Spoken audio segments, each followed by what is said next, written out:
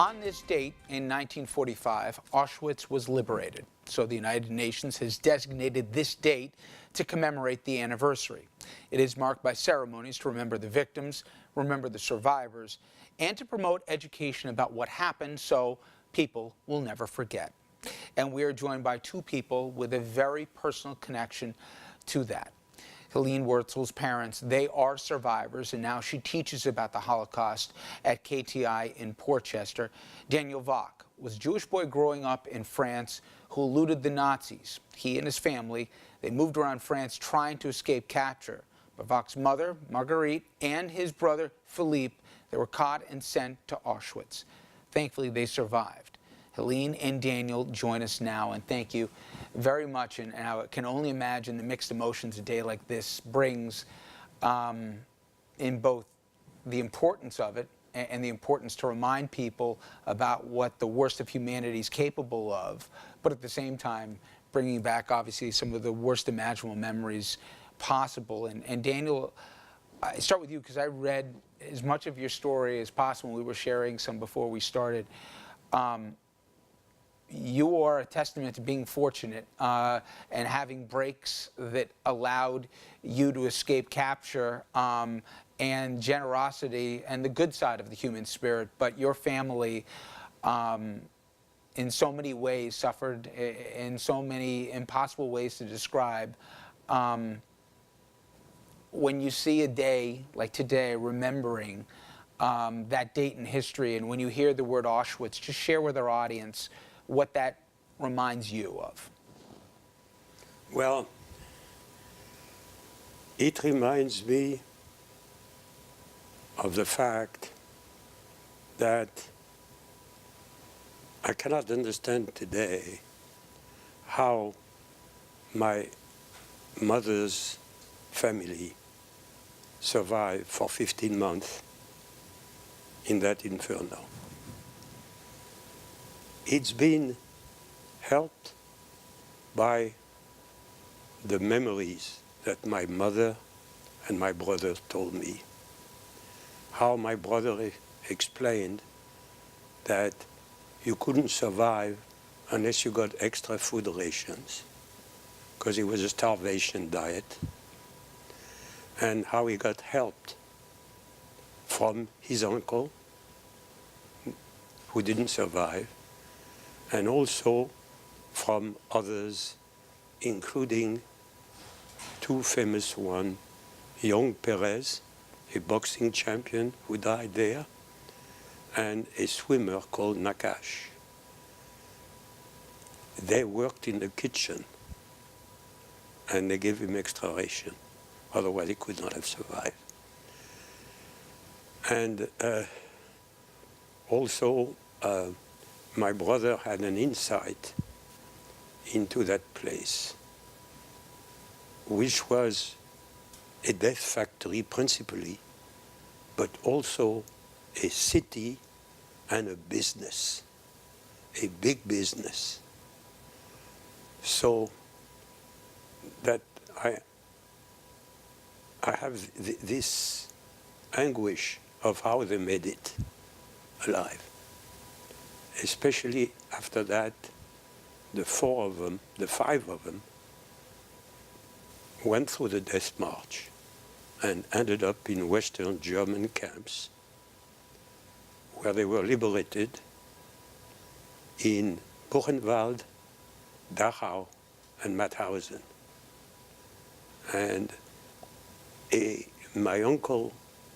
one of my uncles perished in the death march. The other miraculously kept a notebook where he describes the events of the last month. That notebook has survived. And I could see all that.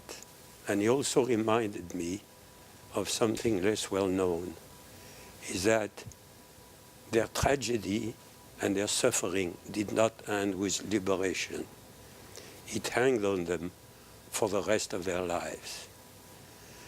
Like people who have been interned in very harsh places like Guantanamo or Soviet prison camps, the scar that they suffered never disappeared. Helene, I had the pleasure of meeting your father, who came here years ago, and I know he's in Florida, I believe, right now. In reading up on Daniel, there's been commonly a survivor's guilt for people who live versus all those millions who didn't. And moreover, there was a period of silence where it was just too raw and painful to talk about, but also how much the world really wanted to really know at the time. Being a child of survivors and dedicating so much of your life to talking about this, what has changed over the years in terms of people sharing their stories, and then also people being receptive enough to really want to know the whole ugly truth? Well, I think first of all, in terms of the ages of the survivors, unfortunately, they're an aging population. Many have passed away. So it used to be that there were so many more people around and you can hear the stories so much more often just because they were there. I know growing up, to me, it was just so commonplace. We'd go to my grandmother's every Sunday. Unfortunately, many of my family members did survive, and that's pretty much all we talked about. Everybody was always sharing their stories, very verbal, very open. My mother and her family, very different. My mother was very closed. She carried a lot of pain, and that was she just couldn't talk about it as much. So everybody processes, I think, obviously, in a different way. What I've noticed just from teaching and with the kids that come in, I think that people are a little more frightened to hear like the really the scary details. They just don't want, they want to be a little more sheltered from it a little bit. They don't They want them more necessarily. anesthetized. Yeah, exactly. They don't want their kids to kind of be bombarded with so much of the, the imagery and the graphics and the brutality, which I totally understand. And I've always kind of taken the perspective from for my teaching, not so much focusing on the images, but the how. How did this happen? Talking about stereotyping, talking about generalizations and prejudice and being a bystander versus being an upstander, like little changes that we can all make in our behaviors, that can hopefully make a difference in how we treat each other, that was not there, that was sorely, sorely lacking during that time, that ability to be empathetic and compassionate and tolerant and stuff. I'm curious, and obviously nothing happens in a vacuum. We have seen not just in Eastern Europe, but elements in Western Europe now. We've seen examples here in the States, even in our region where people are looking, of some ugly language, some ugly symbols that have cropped out, some people called nationalistic, but it goes beyond that. I know you were just a boy when this started, and then turned into what we know as one of the worst human tragedies in the history of civilization. Are there any echoes that you're hearing that sound a little familiar? Yes, definitely. You said something that caught my attention, and I'd like to modify it a little bit. You said there was a period of silence. You said it was because nobody was interested. There was another reason. We survivors wanted to be like everybody else. We didn't want to be once again singled out, right? We wanted to live like the rest of the population. So we were not at all eager. I'm going to give you an example. I have remained close to 4 friends from my high school in New York who were all refugees. We graduated in 1952. We come today, only last week, and we discussed that period, and we were amazed when we were in high school. We never breathed a word of it. And that's the reason. Now, I had some anti-Semitic incident in high school in Paris. Not particularly serious, but not pleasant either. And what's happening today with persons and politicians and others trying to single out a particular group for hatred and opprobrium is a shame on all of us. And we Jews have a duty, as Rabbi Alpert bravely said at Yom Kippur, we have a duty to oppose any effort to single a group as being worthy of punishment or special treatment, Sonderbehandlung, just for belonging to a group.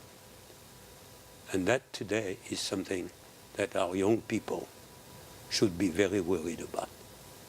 We have a duty to oppose that.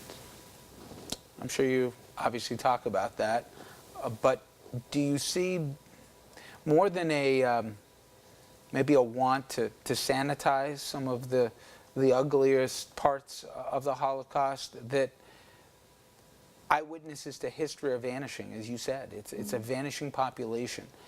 And with that, putting to rest any of the cleaning the dirty edges of it, that no, this is what it was. It wasn't something else. This wasn't this was the worst of what humanity could do. More than losing, the eyewitness to history, you're also losing the validation of just, period, this is what happened, right? Yeah, but I think that, what I try to do with the students, and what actually is wonderful to have available to them, there are really a lot of resources out there now, because so many of the survivor stories have been taped and they have been videotaped. So there's wonderful resources like Yad Vashem has a website, the USC has a website, Eyewitness, where you can go on and you can watch survivors' testimonies, and you can go to specific topics, if you want to hear people talk about experiences in concentration camps or in ghettos, or even defiance, fighting back, resistance and stuff like that. So I think what's really important for kids today in terms of teaching them this stuff is to get them to see how this was a terrible thing that happened. It was an awful, awful tragedy, right? And all these things that went to a huge extreme, right? There are things that happen in our everyday life that we can become aware of, right? In terms of how we treat other people, in terms of how we try to understand other people, in terms of how we judge other people. And I think that if we get them to just stop and think about that, and become aware of it, so that they don't do those things in certain moments, that we all have a better chance, of preventing something like this from happening And you again. had both mentioned before we started recording that if anyone ever has the opportunity, we're talking about different places in France we'd seen, including the cemetery, recognizing this American servicemen who died at Normandy and Utah Beach. But if somebody gets a chance to go to Auschwitz, and I know it's not realistic for everyone, but it will be something that not only be etched in your mind, but any casual talk, any jokes or whatever will cease at that point, because where it could potentially lead to. And before I left, I wanted to ask you, because Syrian refugees, Yes. and from your perspective, obviously we've seen different governors say, not in my state, we've seen different candidates, and now a president saying, not in our borders. America didn't open their doors after World War II to people that were in camps and Jews. So when you hear some of the discussion today, must have particular relevance to you. Extreme relevance. And I'll tell you why. None of us who survived did it without help. Each of us in France, me and my friend who survived, did it because people took a risk to help them.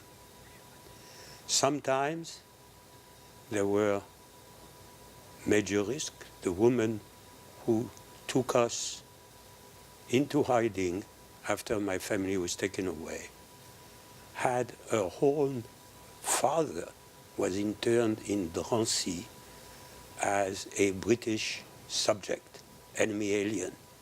She took the risk of taking us in. But sometimes you get help from complete stranger. The clerk of the town hall, who doesn't write Jews, on the registry of refugees in the town that he shows to the German. And things like that. My brother had a different perspective. He felt betrayed. He felt betrayed by the French. He felt betrayed by his family. And he had nothing but contempt for the whole bunch because of what happened to him. So his experience and my experience aren't quite colored by the same thing. Well, I could do a whole hour with you guys, but unfortunately I don't have the time. But I did want to take some time today to recognize the importance of the day, and thank you so much for sharing your story, and as always, Helene, you giving us your perspective as well. Thank you both. I really appreciate it. Thank you. We'll be right back, everyone. Please stay with us.